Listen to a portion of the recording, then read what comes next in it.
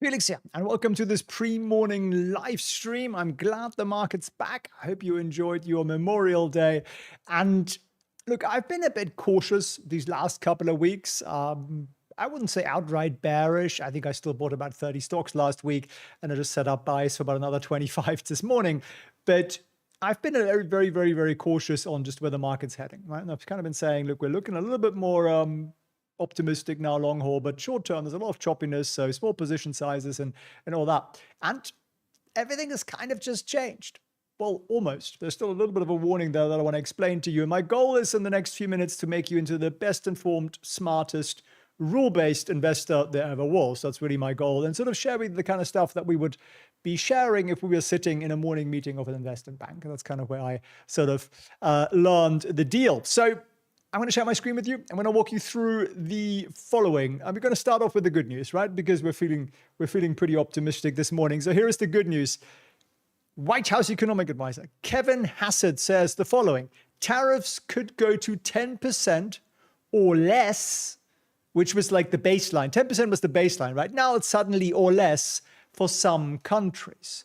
So that's good news, right? Because the market isn't really particularly fond of tariffs because it could impact margins and all of that. So do you think that's good news? If you think that's good news, put a G in the chat for good news, and I know that you're actually alive and well and not a bot. You know, you never know nowadays. And it gets better. Hassett also says the India deal is close to the finish line. So we've got the UK deal. I mean, the UK is basically a vassal state. It's like a colony of the United States, right? So it's kind of like not that big a deal. But India, that's a big one. That's a big developing country with massive, horrible tariffs. I mean, they put 100% plus on almost anything they're bringing in. Loving all the G's here, guys. So getting that over the line could be a really nice template for everybody else. Certainly for kind of Asian manufacturing kind of type countries, you kind of be like, look, we've done this deal with, you know, the most populous country in the world or whatever India is. There are a lot of Indians, as I understand it. So that's very good news. That's good news number 2, right? Doesn't end there though. The Donald. And this isn't political. I'm not saying I believe this necessarily, but he's saying our nation is staging one of the greatest and fastest comebacks in history. I wish I could do the accent. That would be fun, wouldn't it? He says, in just 4 months, we're respected like never before. I like that how his tweets are literally like verbatim how he would say it, which is funny. But he's saying, look, many trillions of dollars of investments in plants and factories until you see the numbers on growth. This is the golden age of America. And it doesn't matter whether you love or loathe Donald Trump. It really is irrelevant. The question is, does the market believe the story? Does the market believe America is about to enter the golden age? Does the market believe all this money is going to pour into the US, all this manufacturing or full employment and, you know, yada, robots will solve the world and we're all going to Mars? If the market believes that, the market will follow that path. So by now you've probably figured out the market is like, it's like a 6-year-old. You tell it a story, and if the story is good enough, the 6-year-old will believe it. Well, that's basically how you make the market move. And Donald J. Trump, El Presidente, is very good at that, right? He really plays with us, doesn't he? On Friday, he dumped the tariff news on us, 50% tariffs on those bastards in Europe. On Sundays, they're like, I had a lovely call with them. They're really nice, actually. It was pleasant, you know. We nibbled on something and it was amazing. And you know, we're going to postpone them. So he's playing that flip-flop with us. And this morning, the market is absolutely buying it because look at this. This is the pre-market. Everything is green. Nvidia is up. Even Apple is up, which I think one of the worst stocks at the moment out there. Tesla up 2.3%. Oracle is up 2%. Meta up 2%. Google up 1.5%. Amazon up 1.5%. Pretty much everything is up except for, what's that? NIM. What's NIM? I don't know. There's always one, isn't there? One party pooper and Dash. Okay, DoorDash. Yeah, I don't think that's a particularly great one. One utility is down. And there is one finance company that's down to the CBOE. Okay, that's kind of ironic. A lot of my mentors are ex-CBOE people, so insider joke. So this looks very good, right? So what are you therefore going to do?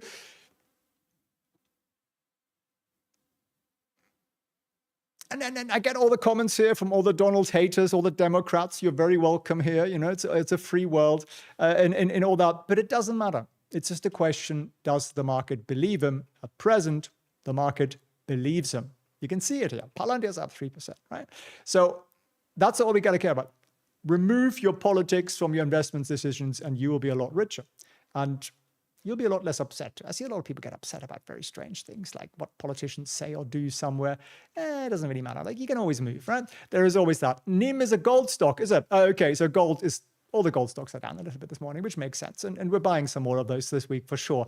But what are you going to do now? You're going to run out and you're going to buy stocks, right?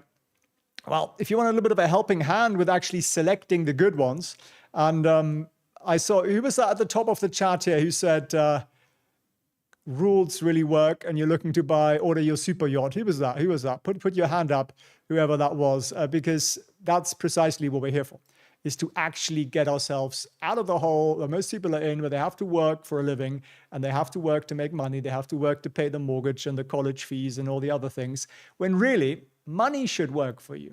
And I say should, and that sort of sounds like this weird little fugazi thing, but it's a real thing. A lot of people live off their money.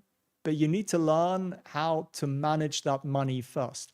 And that's not a full-time job. No, I have to have a lot of hobbies because what I do takes a couple of hours a week. So, I did my workout today with my handstand coach. I had dinner out just, I did loads of stuff.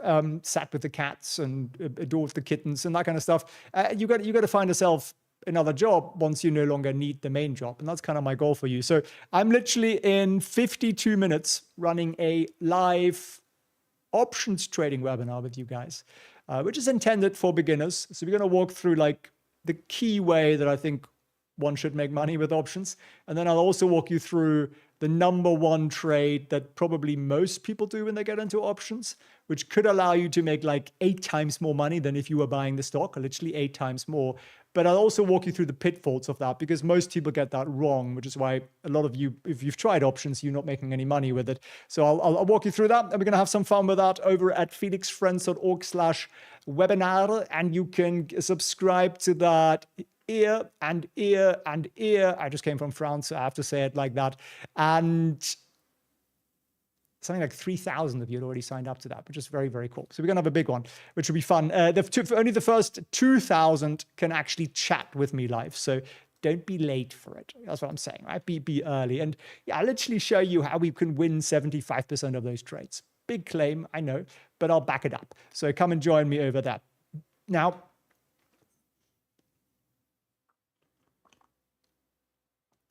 options, who's going to join me on the live webinar? Put 75% in the chat, and I know that you're going to join me over there, and I'll walk you through that.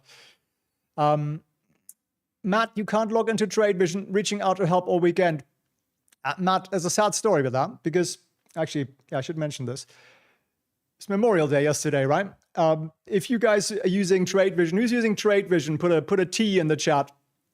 You've probably talked to an amazing guy who handles all of our support, Dennis. And Dennis isn't just a support guy, he's actually a trader. He understands options and trading and stocks. And he's been with us a couple of, I don't know how long, 6 months or something. And amazing, completely turned around our whole like customer service experience for TradeVision. So absolutely love the guy. Well, guess what? He got drafted last week. Just sent me a picture in uniform. He's Ukrainian. So he's going to the front, and we will miss him dearly, and we wish him a safe return. And of course, we'll very much look forward to having him back. But, when you have like Memorial Day and this stuff happens and it's actually one of your team, it's kind of like it hits home pretty hard. So to all the people who love war and think we should elongate this war because it's the right thing to do to win, well, talk to Dennis's wife, right? Because I don't think she's and his family are going to be very thrilled about that. So war is a horrible thing. I hope it ends soon over there. But yeah, one of our guys is heading over there, unfortunately. So more bad news. And yeah, sorry about that. But reality of life, reality bites home sometimes. We have actually quite a big Ukrainian team on TradeVision, because they're amazing people, they're amazing developers, and just an absolute pleasure to work with. But unfortunately, yeah, some of them get drafted. So let's look at why we might still want to be a little bit conservative. And I'm still doing that. I'm still setting up trades, smaller sizes than usual. So there's a bunch of ways you can protect your portfolio, right? So it can be, first of all, it's like selection in terms of sectors. So don't always just buy the same thing, right? So if you want to buy something more defensive, say some gold-related stocks or stuff like that, that can definitely help. Is there any plans to expand TradeVision to other markets? Yes, in short, yeah, we're working on that. We're kind of we're getting through a couple of great things. We're going to wrap up the dark pool features, which are amazing. And by the way, guys, if you want to play with TradeVision, there's a link down below, felixprehn.org/TradeVision. There's a free trial to it as well. You can play with that. It's a very, very cool features in it. And then we're going to really ramp up the kind of trade imports and the integration of brokers. But yeah, we're also looking at, we literally are interviewing data sources at present, because that's important that the data is really good for us. That's always the key thing. So yeah, we're looking at maybe British and UK stocks to start with, because we have quite a large contingent of you Brits and you know, Europhiles. But let's just get back to the market for a second, then we can do some Q&A as well and look at as the market opens in 15 minutes. We saw the first outflow out of stocks last week in like 2 months. Fairly substantial amount, like 4 billion. Now, there is a caveat to that, which this is a number on the face of it doesn't look great, right? Do you think it looks great? 4 billion leaving stocks, not brilliant. But tech stocks, you see, saw like 6.8 billion outflows, which is the biggest weekly outflow, you know, since Jesus Christ or something. But that was basically all because there is an idiotic leverage tech fund called FNGA that got liquidated. So that's most of that. So probably if you take that out, maybe the outflow overall doesn't look as bad. We're also seeing outflows out of gold and out of Japanese stocks, which might be a good thing. And where is it going? Well, it's going into crypto and it's going into bonds. $25 billion went into bonds last week. So when you hear all these people out there saying, you know, all that money on the sidelines in bonds is going to flow into stocks, well, not until interest rates come down. And at the moment, they're really not doing that here.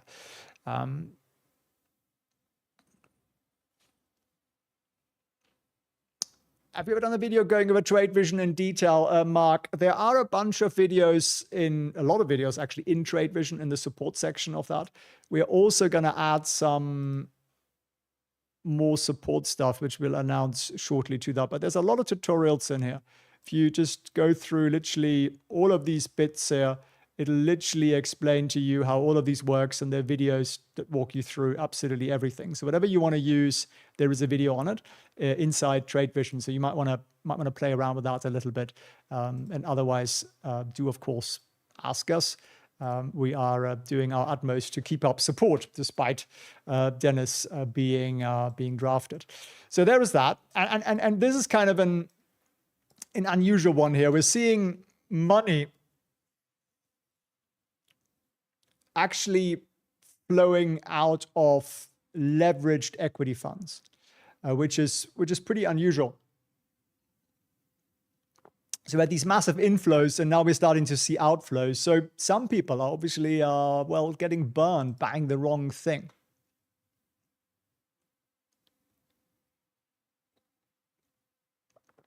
You should do a YouTube TradeVision channel for support videos. We actually have one, literally.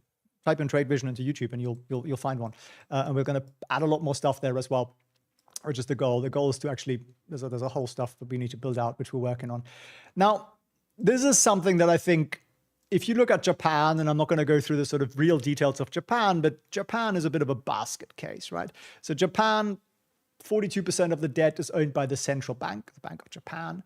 And then the insurance companies own a lot of the other Japanese debt. Now, the problem is that, do you remember, who remembers the Silicon Valley Bank going bust? If you remember that, put SVB in the chat. If you remember that from last year, put SVB in the chat if you remember that. Why did they go bust? Does anybody remember why SVB went bust? So what happens, how do bonds really work? There's a quick bond lesson. When interest rates go up, what happens to the value of a bond? fiscal. A lot of you guys remember that. Well, it drops. And the way I like to think about that is, well, if I buy a bond that pays, say, so I buy a bond with, say, 2% interest, right? Doesn't sound like a lot, but that was kind of normal, a couple of years back. And then interest rates go up. So then rates go up, say, to 5%. Now, would you still want to own the bond that only pays you 2? You wouldn't, would you? So you're going to sell the bond that pays you 2, and you're going to buy the bond that pays you 5, right? So that's why essentially the value of bonds drop when interest rates go up. So that's what was happening there, and that's what knocked some of those US banks out. And that's what's happening in Japan right now. Interest rates are going up, and therefore, basically, their insurance companies are basically bankrupt, as are most of their banks. They're pretending that isn't so, but that is basically so. And the US is at risk of going in the same direction, becoming another Japan, another sort of basket case economy. And why? Because the GDP deficit that the US is running right now is like minus 7%. Just think about that. That's crazy, right? It's really, really, really crazy deficit that we've never really did on a longer term scale. Like, we just draw a line across and you see how rarely the US actually had a 7% deficit, right? It was the oil shocks. It was the Civil War, seriously, and it was World War I and World War II, and then COVID and global financial crisis because we bailed out all the big investment banks. Obviously money well spent, says the ex-banker. What's GFC, global financial crisis, 2008, right? So we're spending in the US like we are in World War I or World War II. And I don't think we are. I think everything is actually just fine. So it's insane, and it's piling up all this debt, and it will eventually make the country bankrupt. And I think there were some hopes that Trump would come in and actually cut spending, but he isn't, right? At least not in a meaningful way that we can see right now. Maybe there'll be some down the road, but we're not really seeing that. Why not? Because politicians don't like to cut spending. It's very unpopular. Even if you wanted to, senators and congressmen and so on probably wouldn't want to. So one of the reasons I think Elon's quitting the whole politics thing and going, this is a bit of a waste of time, I'll build robots, which is probably a little bit more fun, right? So what does that mean? Well, it means that unless this gets sorted out, a lot more money is going to keep pouring into bond markets. Because if you can get 5% in the bond market, a lot of people are very happy with zero risk, 5%. Very, very happy, especially the big investors, the pension funds, and a lot of people actually. So I know a lot of people who just like, yeah, I've got this bond that pays me 5.2%. Brilliant. US government, they're not going to default. So I'm very, very happy with that. They're scared of stocks. They're scared of stuff that could make them a lot more. Now, I don't like 5% returns. I think I can do a heck of a lot better than that. But I'm a little unusual, right? So because I invest and I trade very, very actively. The second thing to keep an eye on, and bear in mind the data, well, is published by Bloomberg, but it is actually New York Federal Reserve Bank data. If you look at mortgage delinquencies are up, auto loan defaults are up, credit card defaults are up, student loan defaults are massively up, well, because they actually have to pay them now, and everything else is up too. So loan balance delinquency is getting a heck of a lot worse. And that just means there are a lot of people who are actually in pain right now financially. And I don't know, maybe you're not seeing that. I certainly didn't see it in like Cannes or in, Cap Ferrat or on a boat in the south of France or any of that. But then I live a very charmed life, and I appreciate a lot of people don't. So that's a real thing, and that could affect stocks also, right? But let me show you why I am actually bullish. This is something I look at, and I thought this is a really nice visualization. What percentage of stocks are above the 200-day moving average line? Why would we care? Well, if a lot of them are above it, we're probably near the top of the market. And right now, it's actually very few, 18%. How many are above the 50-day moving average line? Well, only 6%. How many above the 20-day, which is more for the traders, day traders sort of type people? 2%. So what does that say to you? It says to me that there is an opportunity for a massive, massive, massive rally because most stocks haven't really done very well. So I'm going to continue to nibble, and I might start nibbling a little bit more aggressively, but caution is generally a good thing. But yes, if you have a little bit of a longer time horizon, it does potentially give the opportunity to actually buy a lot of stocks quite cheaply, right? Clinton, who balanced the budget. Yeah, but I think he kind of inherited that, didn't he? I know he took credit for it, but wasn't he? He was sort of slightly pre-dot-com bust, right? So he was dot-com boom and therefore could take credit for a brilliant economy. And then the next guy got the dot-com bust. So presidents, I think, are largely lucky or unlucky with the economy they inherit. And then, yes, some screw it up more badly than others, but a lot of this stuff is just inherited, right? So if you come in on day one, it isn't really your economy. Maybe in year 4, it might be your economy. So what you're leaving might be sort of, certainly if you've done 8 years in a stretch, then it certainly is your economy at that point. But I think Clinton, as charming as he may be, he was probably quite lucky with that. How do you get that info? I saw this on X, but you can look this up online. I mean, just ask Grok or something. They'll probably give you that. United States Steel.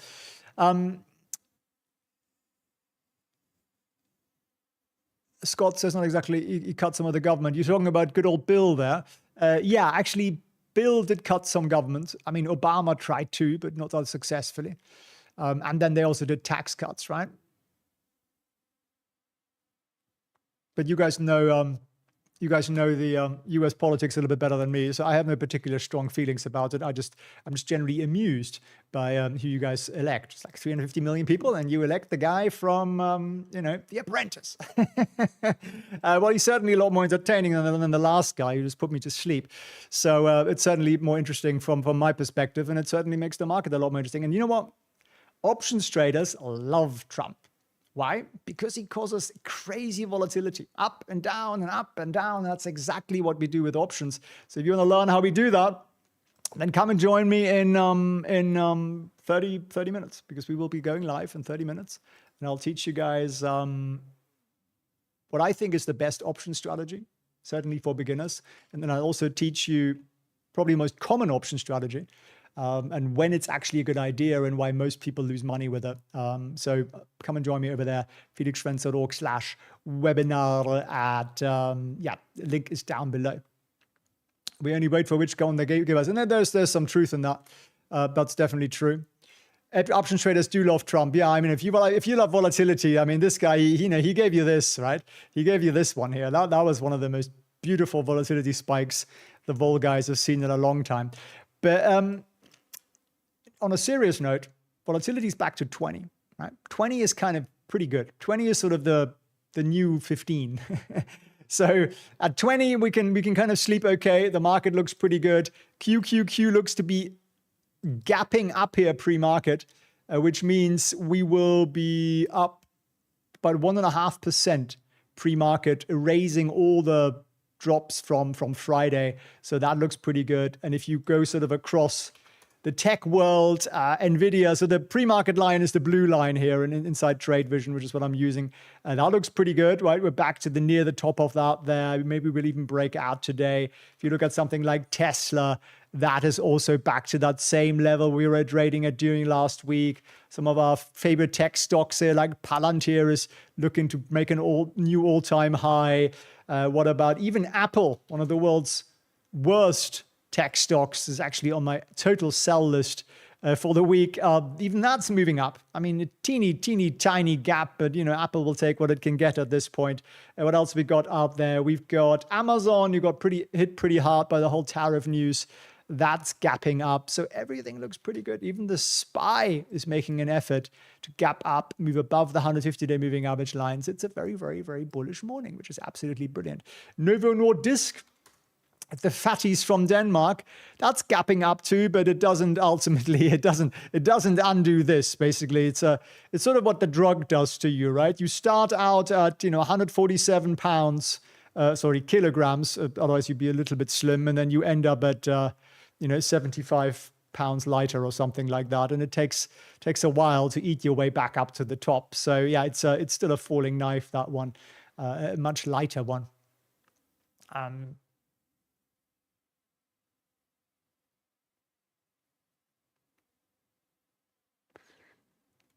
AMD, people are still looking at that? AMD, yeah, it's still another failed breakout. Another failed breakout.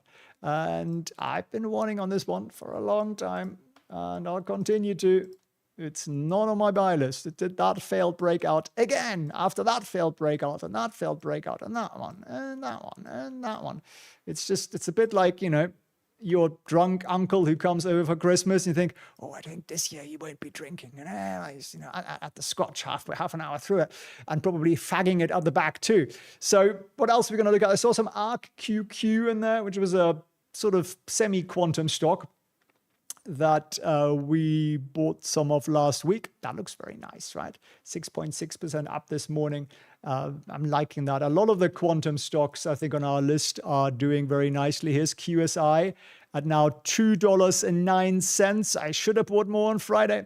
Well, I followed my rules, so I couldn't have done. Actually, no, I couldn't have done. It was a holiday, wasn't it?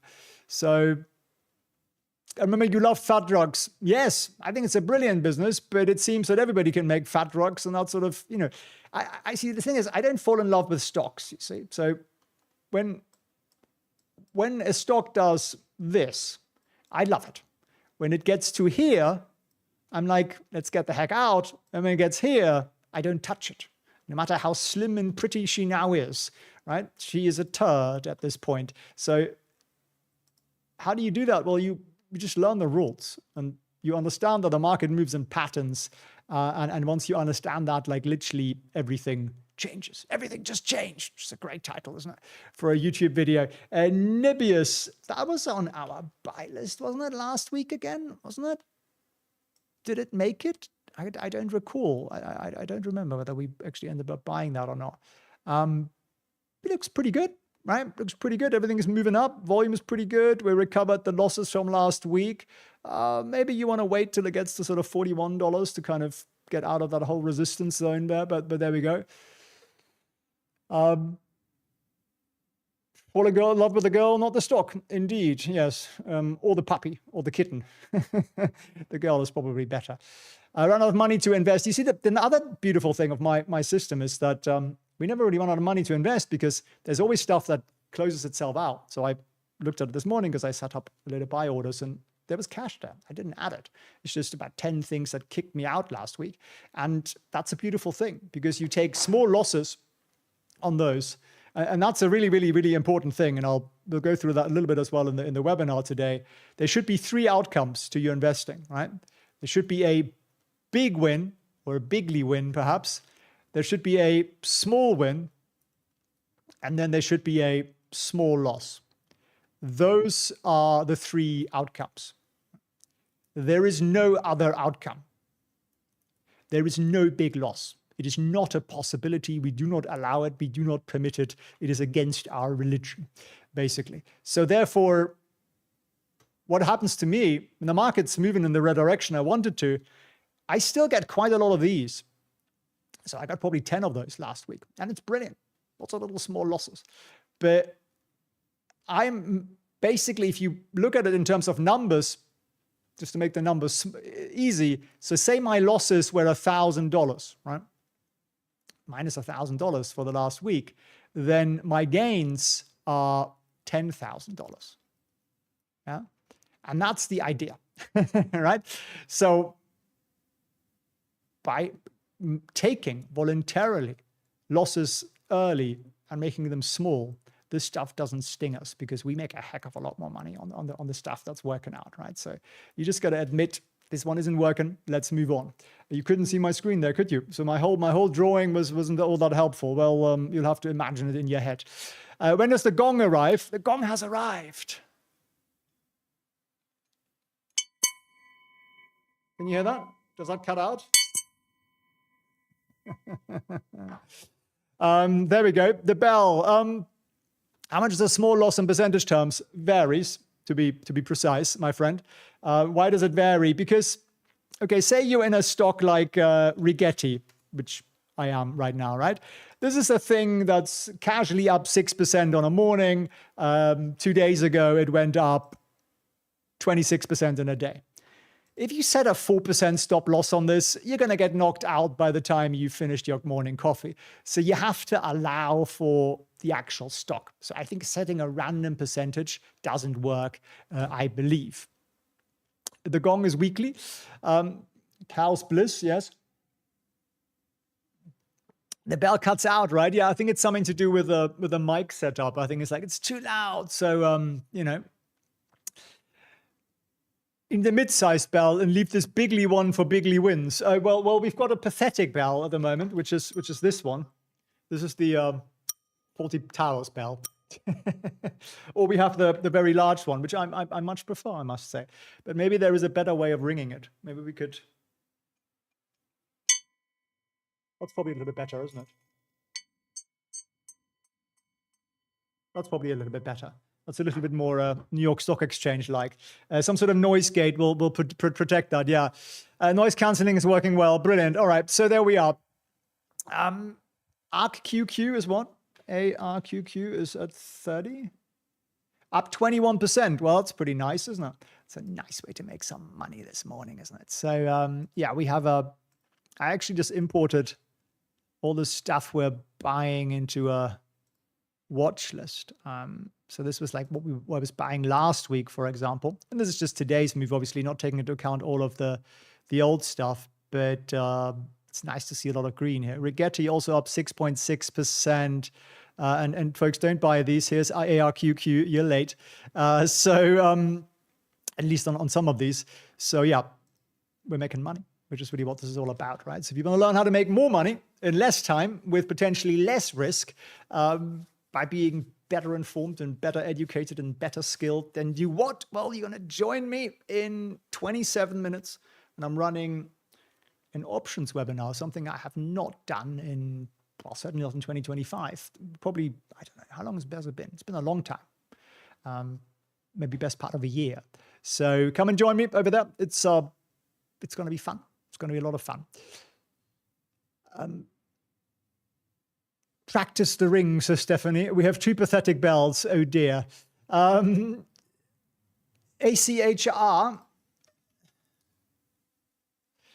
Oh, that looks good. That looks good. We're moving back into the sort of potential buy zone there. Nice little recovery, and that's the stocks break out, right? So this thing broke out basically somewhere here. That was the buy point. Then it rallies up, and then it does this thing here, which I call the Catholic forgiveness, the sort of second chance, right? You've forgiven my son for buying it at a too high a price, sort of up there, and it comes back down. It gives you a nice little opportunity to nibble on it some more. And that's actually something I do. So say if I buy something and I don't get kicked out, I got kicked out of this one, I think. Say I buy some here, right? And then I wait for the second chance and I wait for this exact moment here, and then I go and I buy a little bit more, and that way I double down on the position size. So we buy more of the winners. And that's also a really important thing if you want to take this to sort of another level, is to like knuckle down on the winners, because they're going to make us a lot more money. How about a digital sound bell? Well, that is a good idea. That would be a lot more practical, but it would be a lot less fun though, wouldn't it? Than this thing here from, I don't know, 1890 or whenever this was made. So, what else have we got here? AEVA, is she still delivering for us? Oh, yes, she is. So AEVA Technologies is a very, very, very sexy business that we invested in. Where did we invest in it? Down here at $7.80 or thereabout, $7.84 when my line is there.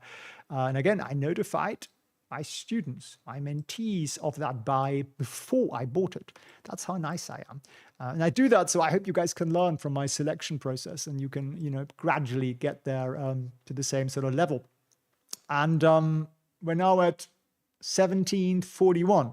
So that's a pretty nice one, isn't it? And it's these kind of run-ups that make us a lot of money, 119% up, because I actually think I bought some more. So I probably bought some more somewhere a little bit higher. If we break out of the top here again, I'm probably going to buy some more again, because that's what we do. Hold the bell further away from the mic. I did try that. I guess I should practice it and have a look at where the noise gate thing kicks in.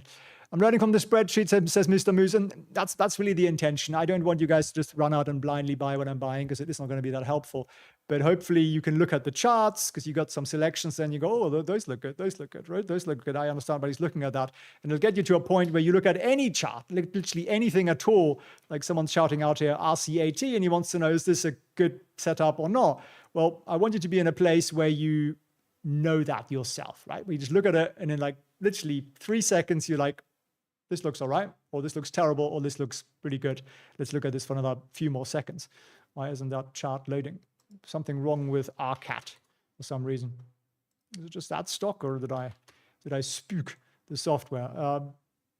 I spooked the software. Let me reload. I've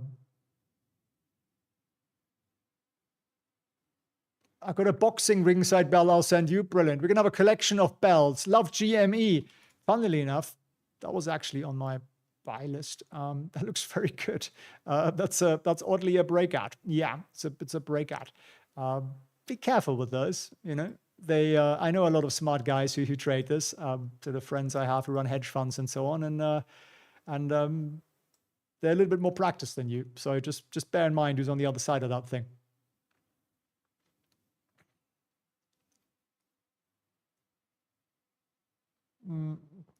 Appreciate you're liking Trade Vision. So I basically go through sectors and then I go through the key stocks on those sectors. That's what I do on a Sunday. I have some automations and some sort of algos we're running and working on and refining, and we're literally refining that every week. And my hope is that eventually we can make that available to students so you guys can use it kind of responsibly. But we're not quite there yet. Algos are a funny thing, but we'll get there eventually. A dinner triangle would work. Yeah, those things. I mean, those things. It's like always the chubby kid with the braces, right? He goes bing, you know, in the sort of school concert. Where are the kittens? No, we're Frankie. We're keeping all the kittens. We're not giving away kittens. Why would you give away kittens? You always regret it. I used to foster a lot of kittens and regret giving away every single one of those. So no, we're keeping the kittens. I mean, we've got mum and dad and the kittens. You can't separate them. I mean, you move one of the kittens about and Sabrina, the mum, you know, obviously gets a little anxious and runs after it and tries to find it. So no, we're going to keep them all. Like, you know, you get to a point where you have so many animals that another 5, you don't really notice them all that much. But it's very cute at the moment. They're mostly in the kitchens. Whenever you go in the kitchen, there are these little things looking at you from all angles. And you're like, how did you get in there? But yeah, they're really lovely. When is Trade Vision Mobile going to be active? It's out, my friend. It's out, my friend. You've been asleep under a rock. It's out on both Android and iOS. It is. We were promised kittens. Yes. Well, they're not in this building I'm in right now. They're in the other one, and they're not that. I don't really want to carry them around. Winston would welcome a chubby kid with braces. Winston is very kind. He's kinder than I am. And now, so happy Felix looks at GME. You see, I look at everything. It doesn't really matter what the business is from a kind of money-making point of view, right? What kind of litter box do you have, Ted? That's a rather personal question, isn't it? Pine litter, and we throw it away several times a day. We get through tremendous quantities of the stuff. So we're probably, knocking down pine forest somewhere. The stuff grows fairly quickly, thankfully. Vanessa's question, please. Well, what is Vanessa's question? If you repeat it, I might be able to see it. Is Pepsi a falling knife? Well, have a look at it. Have a look at it. Well, what do you think? What do you think? It's actually a very good business, but yeah, it's definitely falling off, isn't it? So yeah, for sure. Would you buy a business that's making money off abusing kittens? Not if I knew about it. No, I would not. I try to avoid a lot of the kind of pharma stuff, at least for my kind of more longer term stocks. But for trades, I do trade a lot of the biotech stuff. You see, it doesn't actually benefit the company whether I buy a couple of 100 stocks of that thing. It really has no impact. It's not like I'm buying it at the IPO stage, or even that wouldn't really benefit the company most of the time. LHX. Yeah, we talked about that one, didn't we? L3 Harris, and how's that looking? Well, almost taken out the high there, but certainly the closing price, we're above the last closing price very meaningfully. So that looks pretty good, doesn't it?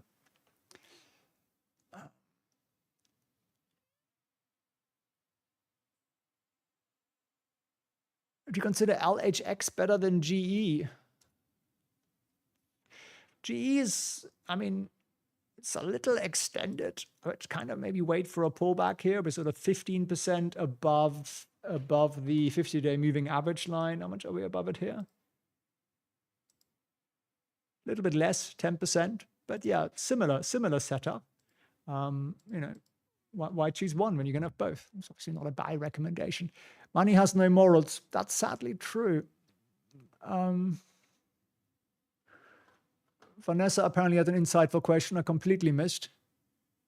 Dr. Denise, so great to do your course. I'm very glad you're getting good value out of it. That is the intention. SoFi dropped. Well, the bond market isn't loving what's going on out there. So, well, it's up 1%. It's up 1%, which is all right. But yeah, it's not having a wonderful start. And you'd expect that for the whole finance sector, mostly. There are some exceptions to that, but not that many. So yeah, be a little bit careful with all those.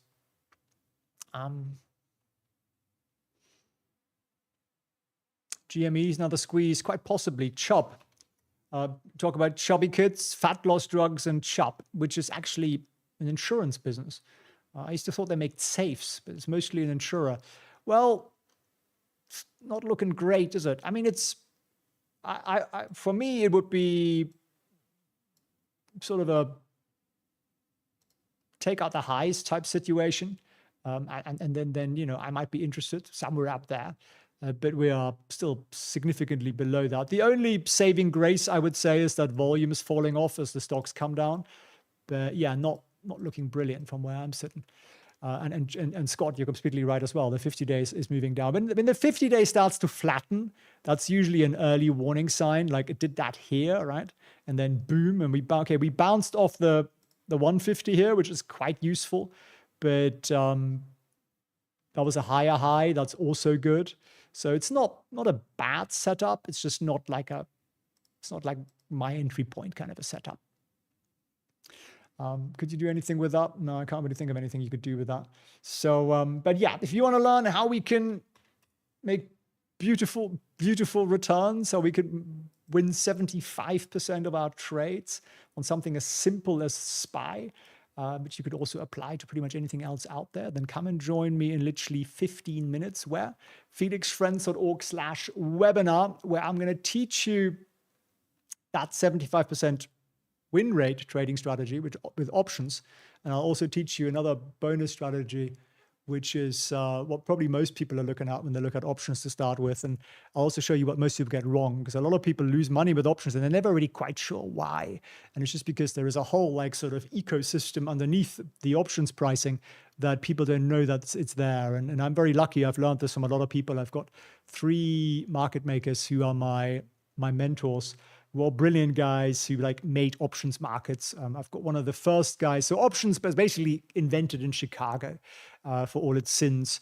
And the CBOE, the Chicago Board of Options Exchange, is there. And I literally have one of the first round of hires when options first started to get traded there in Chicago.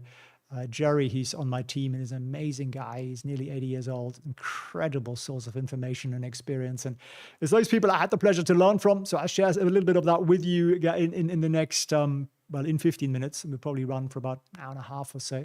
I'll take all your questions. And the goal there is to make that properly educational. So it's not going to be about this stock or that stock. It's more like structure, framework, risk management, all that kind of good stuff. So if you are in a place where you want to learn more about that or see, hey, is options something that I'm interested in? Is there something I might want to learn? Or do I just want to get better as an investor overall? Because a small improvement in returns makes a truly bigly difference to your life. I can tell you that. And then, so come and join me at felixfriends.org/webinar. You got to set up yourself a seat there. And also, please be early because the software only allows the first 2,000 people in the room to live chat. That sounds like a lot of people, but I think there's a pretty good chance we'll exceed that. So I wouldn't want you guys to be left out there at all. And some of you guys have other appointments and so on, and that's cool. I respect that. It's life's a question of priorities, right? So we have to prioritize things. I attended a health seminar last week, which was at 3:30 a.m. in the morning, my time, last week, which is definitely not ideal, but I really wanted to hear what the guy had to say. So I attended it, and it was very worthwhile. So I think it's really just a question of, and sometimes I sign up to these things and I'm like, yeah, it's 3 a.m, I'm not going to do it. And that means I didn't really want to know that badly. So it's just a question of motivation, I always say. And that's probably 90% of, maybe 99% of success is actually wanting to do it. And most of us, we just think it's nice. Be nice the portfolio did a little bit better, but we don't really know or realize or have the strong kind of reason. So unless you have a real want, a real reason to do something, you're probably not going to do it, right? So for those of you who have a real reason to want to do better and have a more beautiful, freer life, come and join me at felixprehn.org/webinar, and I'll see you guys in 13 minutes live at felixprehn.org/webinar. All the best. Take care.